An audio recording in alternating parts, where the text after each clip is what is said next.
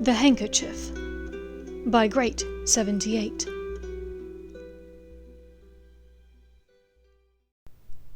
Chapter 132.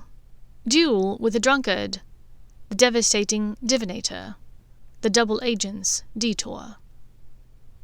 Tiberius Knott was firing off hexes and curses without care where they landed. His drunken assault seemed to have no specific target, and Draco worried that Theo's father would blast them all into oblivion with his liquor-fueled stupidity. He hurried over to the wizard. "Stupefy!" he yelled as he approached, brandishing his wand at Knott. But to his horror, there were only feeble sparks at the end of the wand. Draco stared down at the wand in disbelief. A small crack, a fissure no larger than the thickness of a fingernail, ran most of the length of the wand. It must have happened when they crashed into the wall after tumbling down the slide. Fuck, what shit timing, he thought, grasping the useless branch desperately. "I always knew you were a pussy, bit of scum, Lucius," Knott sneered at him, and now Draco could see the watery, bloodshot whites of Knott's eyes. "I could tell that much the night then you refused to tell me where my boy was." Draco knew that he was talking about the end of 6th year, when Theo had stopped coming home, and Lucius had tossed Knott out of Malfoy Manor. The drunk wizard shot a hex at him, but his awful aim had it flying a few inches wide of Draco. Draco hunched over, digging into the rucksack, grasping desperately for a new wand. He was down to only the 2, but he needed a moment to locate them in the mess of things inside the extended bag. He talked to keep the wizard's mind occupied and not shooting curses everywhere. "No, not. You don't understand. I'm Draco Malfoy. I'm Draco. I'm on your side." But Knott was pointing the wand directly at Draco's face, and Draco could tell that Knott could not see him, only Lucius, a father to whom his son had returned, albeit reluctantly. For as much as Knott was an unfeeling bastard, the loss of Theo as an heir, a status symbol, his progeny, had stung. Then, "Stupefy!" a voice rang out, and Knott crumpled. Draco turned to thank whoever it was that had stunned the older wizard, but to his confusion found no one. But a fist reached out, connecting invisibly with Draco's mouth. "That's the 2nd time we've saved your life tonight, you two-faced bastard!" Weasley's voice rang out from the empty space in front of him. Fucking Weasley, he thought with annoyance.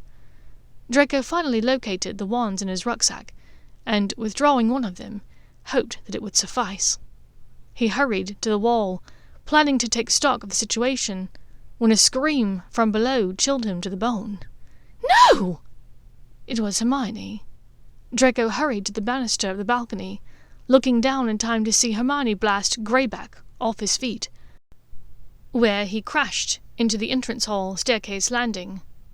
Then the sharp-toothed creature was pelted from nearby Draco by a large crystal ball which thunked down upon the werewolf's head. "I have more for anyone who wants them. Here!" An outraged and enlivened Sybil Trelawney was magically chucking down her seemingly endless store of classroom supplies. Next to her sat a sack filled not just with crystal balls, but with steaming tea kettles, full sherry bottles, and the crystals and stones that divination students were told would bring good energy. The entrance hall and the first-floor landing were in complete pandemonium.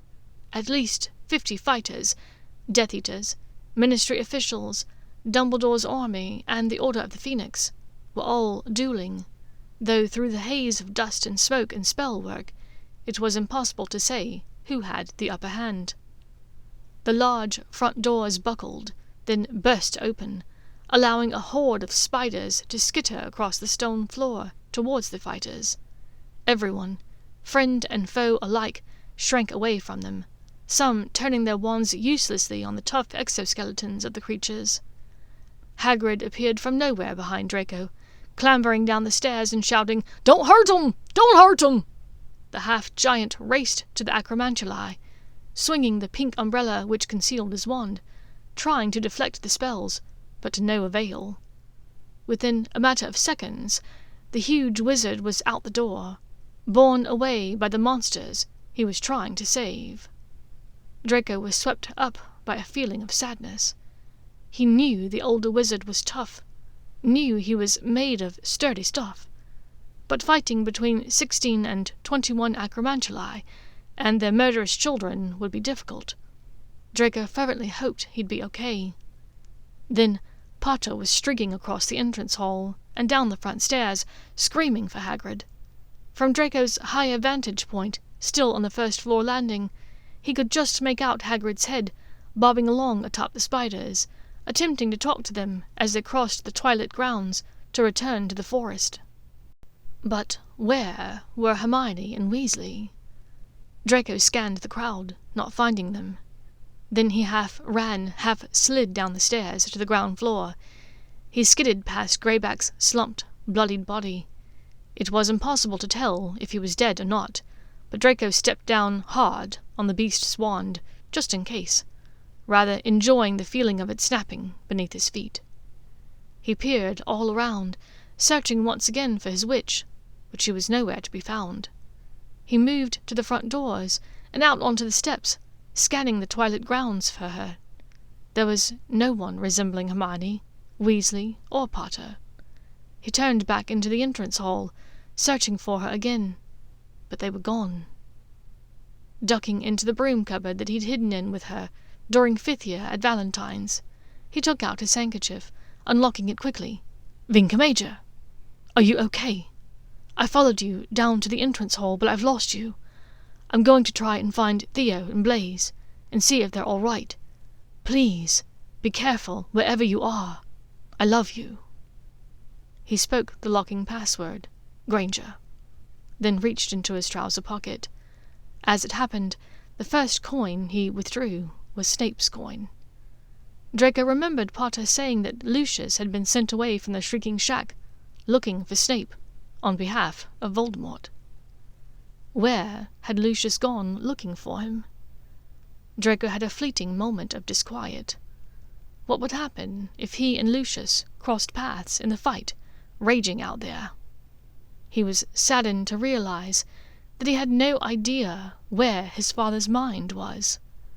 When they last met as themselves, his subconscious reminded himself, instantly dredging up and then burying the word sextant. Draco had been left uncertain about Lucius's loyalties. Yes, Lucius had protected Draco in his interactions with Bellatrix, and even Voldemort. He'd kept his knowledge of Hermione hidden. He'd insisted the Snatchers bring living prisoners, not dead ones.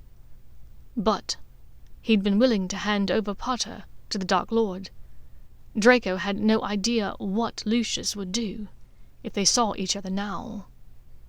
And where was Snape? He held Snape's coin and spoke quickly. "Where are you? Overheard Potter say that V is searching for you. He's in Shrieking Shack. I think Potter and others are on their way there, but it's a long way from Castle." It was a long moment before the reply came. "Transfigured myself. Fighting Death Eaters in Castle. Woeful wand work from this so-called Dumbledore's army.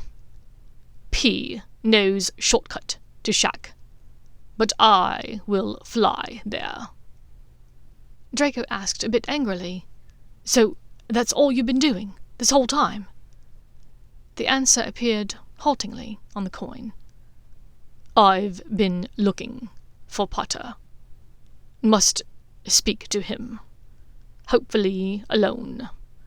I need to tell him several things before it's too late."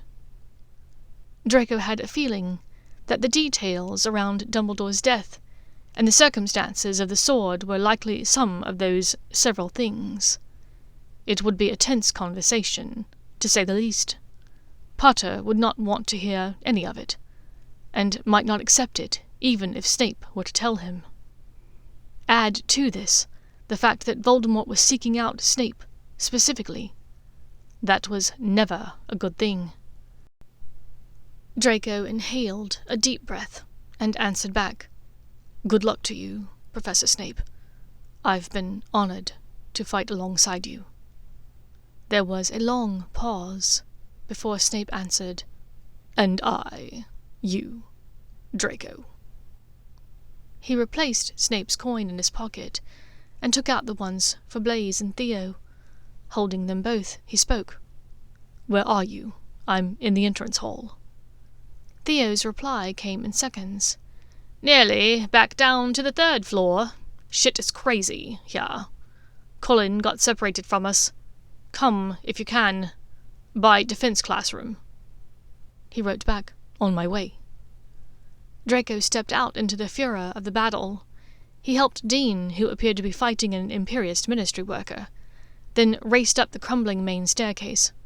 Trelawney was tending to a badly injured Gryffindor on the landing, but waved away his offer to help.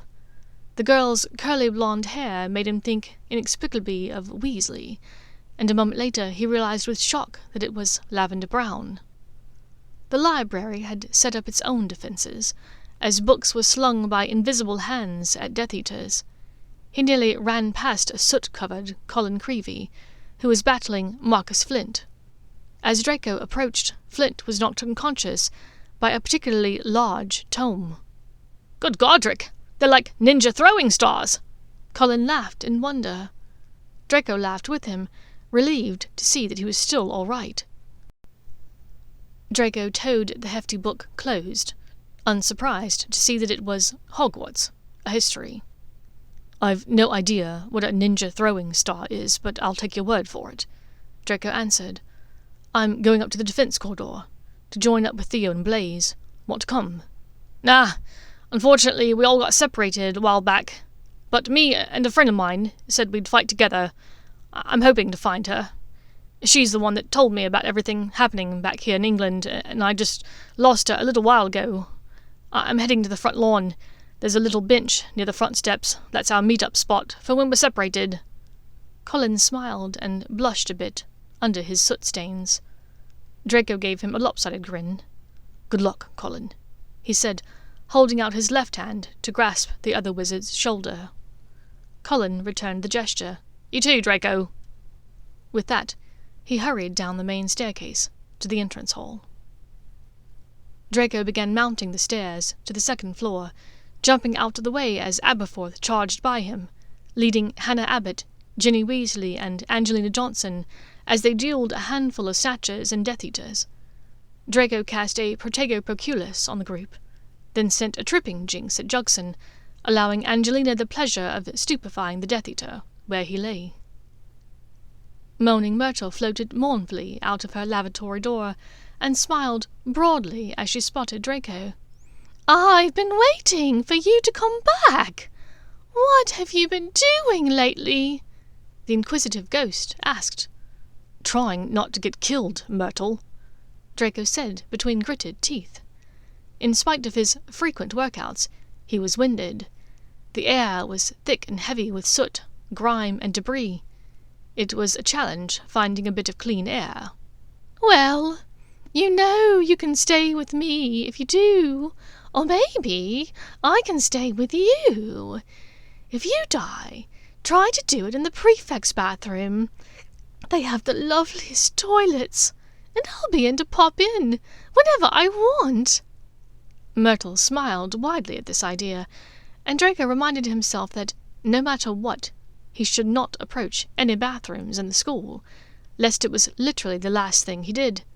Spending eternity bobbing around in the huge prefect's tub with Myrtle sounded like a special kind of hell that he was unprepared for. But all he said was, "Thanks, Myrtle. See you later." The ghost zoomed away.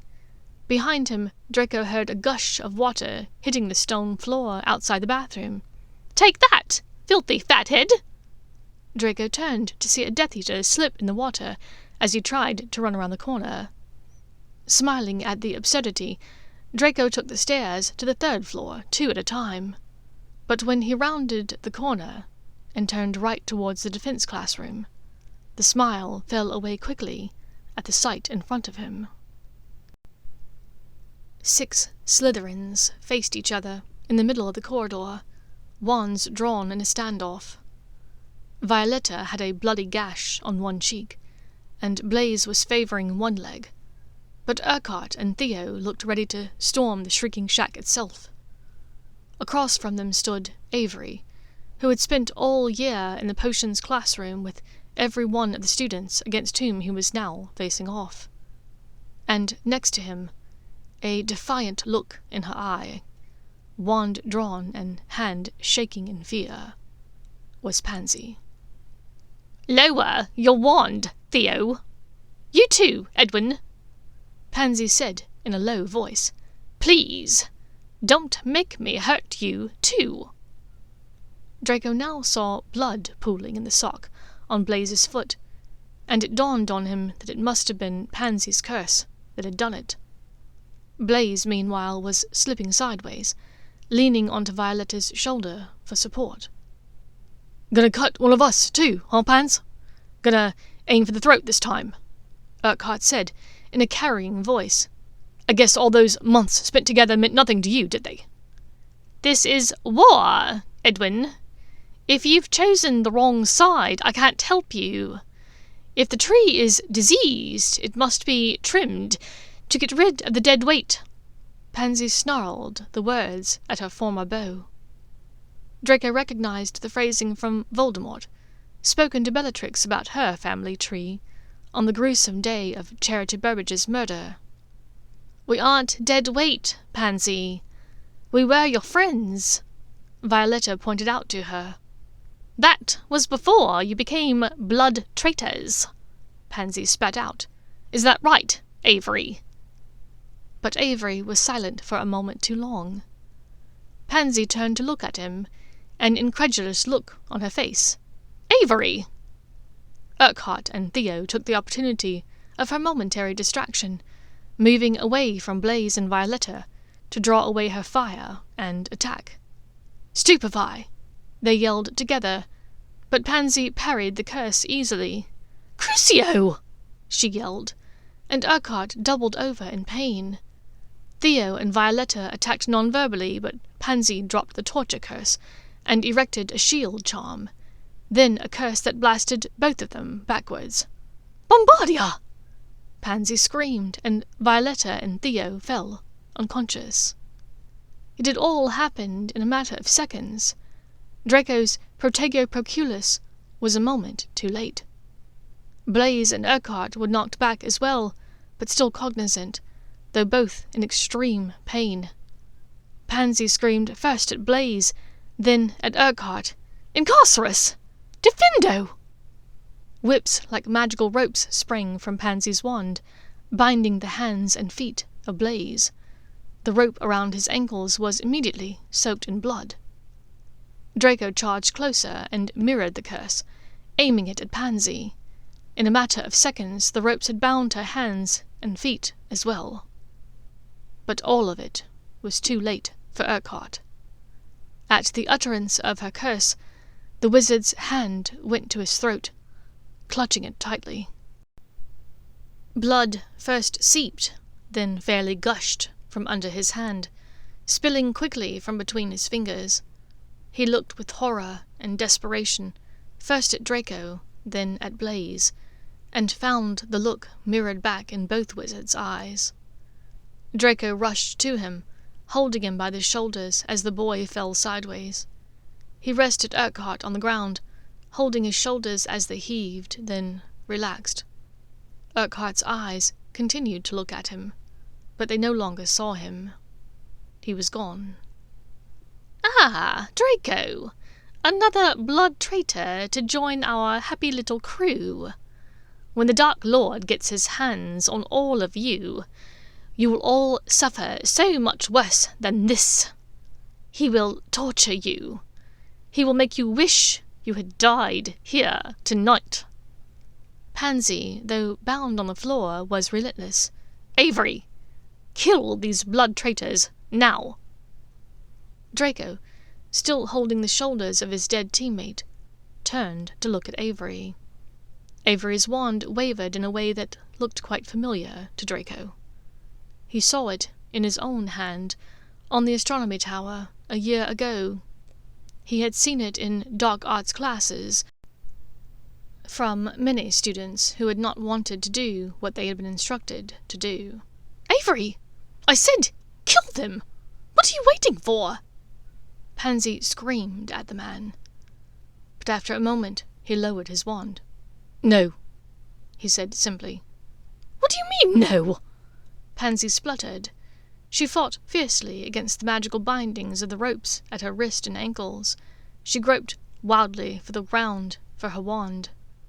Accio wand, Draco said quietly, pocketing the wand lest the witch somehow managed to get to it. He turned to Blaze. I'm going to heal your foot. Blaze's lips were turning a faint blue, and he was shivering uncontrollably from the blood loss. What took you so long to offer, Tosser? Blaze asked in an attempt at joviality, and Draco couldn't help but smile. He cast the diagnostic charm, reading it carefully to see exactly how deep the cut went, and how many veins and nerves were severed. Avery, I order you to kill these blood traitors. Do it, and you will be rewarded by the Dark Lord. But if you don't, he will punish you every day for the rest of your life. Pansy spat at the Death Eater, who was now standing at what appeared to Draco to be a moral crossroads. Avery sighed. You're right, Parkinson. I don't want that. But he looked down at Draco and Blaze, huddled together only a few feet away from the bloodied Urquhart, a short distance from the stunned Theo and Violetta. But I don't want this either. With a fast, swishing motion, Avery drew up his wand, pointed it at his own throat, and whispered, Defendo. Draco turned his head and closed his eyes, but could not avoid the sound of gurgling, of Pansy's screams, of the splash of blood across his boots. With a loud crash, Avery fell, half on top of Pansy, whose shrieks began anew. Silencio, said Draco tiredly towards Pansy. Then he turned his wand to Blaze and worked to heal the deep gash on his leg. Halfway through, he innervated Theo and Violetta to help and to stand watch. He could tell that they both had questions, but they followed his instructions without asking. Theo stupefied Pansy and stowed her in the charms classroom. They would figure out what to do with her later. When he was done with healing Blaze's wound, Draco summoned a blood replenishment potion from his bag and gave it to the wizard. Then he and Theo helped their friend into the Defense Against the Dark Arts classroom nearby. What happened? Theo asked. Did Avery do that to Urquhart? No, Draco said, relating the events quickly for them. I never thought Pansy would do something like this, Theo said sadly. Me neither, Draco agreed, but Blaze was silent. Finally, after a moment, he spoke. I could tell that she was becoming radicalized. She'd gotten worse and worse. When we came back after Christmas, our 6th year, something was very different for her. I thought at first that she was just concerned about you, Drake. You kind of looked like shit for most of that year, if you remember. Draco laughed sadly.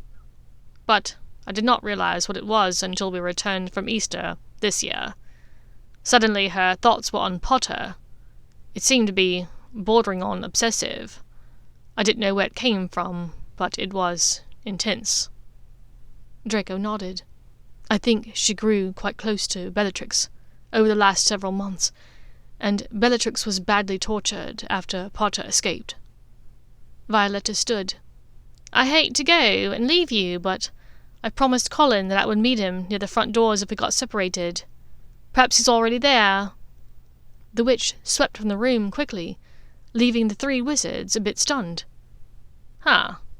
I don't know why I didn't see that one coming, Blaze said. Good for them, Theo hummed. A bit more of that Slytherin nonsense going around. There's no need for a silly nickname for it, wanker. Draco grumbled. Are you sure? I think Hermione has a fun ring to it. Or Dramione. Theo needled Draco, much to Blaze's amusement. Draco turned to Blaze. You laugh now, but you realize you're next. I'm fine with Bluna, Blaze said coolly. That sounds like a disease. Watch out, you might catch Bluna flu. Draco joked, and the three of them laughed. Theo stood up. Feeling better? He asked Blaze. Yippee-ki-yay, motherfucker, Blaze said with a knowing grin. Only if it's your mother. Then 100% yes, Theo answered. Blaze massaged his temples. Well, I walked into that one, I suppose. You did, agreed Draco.